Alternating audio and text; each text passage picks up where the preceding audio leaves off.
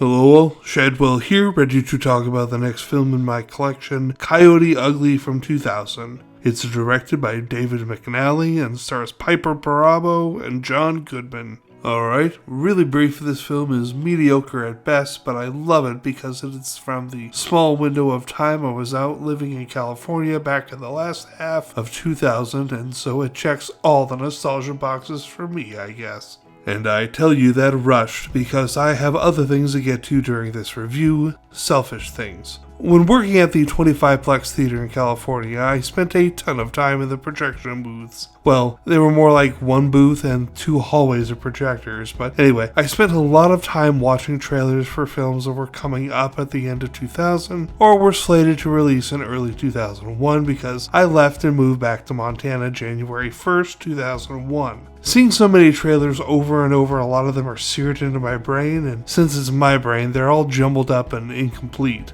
One memory that stands out above them all is a scene in a trailer where someone at a bar throws a chair or something like that and demands the person on stage, and I quote, "sing Sound of Music." The problem is I don't know what film that scene goes to, and trust me, I have looked. Movies that came out in 2000 that it might have been that are obvious choices are films like Blues Brothers 2000 and this film Coyote Ugly. I've even done a deep dive into small niche films from 2000 like the ever delightful film that nobody remembers about karaoke called Duets. Anyway, you're probably wondering why I'm saying all of this, and that is because I am asking for your help on this one.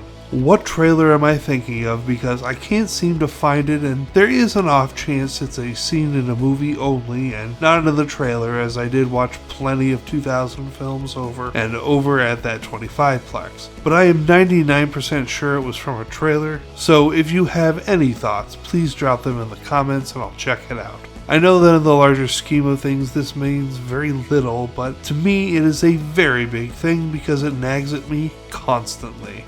Anyway, I've got a little time left, so more about Coyote Ugly. It's not great, and it has some borderline creeper vibes going on between the love interest and the lead when they first meet, but it cannot be denied that this film, as a whole, is an entertaining and fun experience. But it's in my collection because it's one of those 2000 films I saw over and over again at my job, which isn't going to save Coyote Ugly from getting a C. Tomorrow we revisit Jason Statham territory with a very fun film, Crank.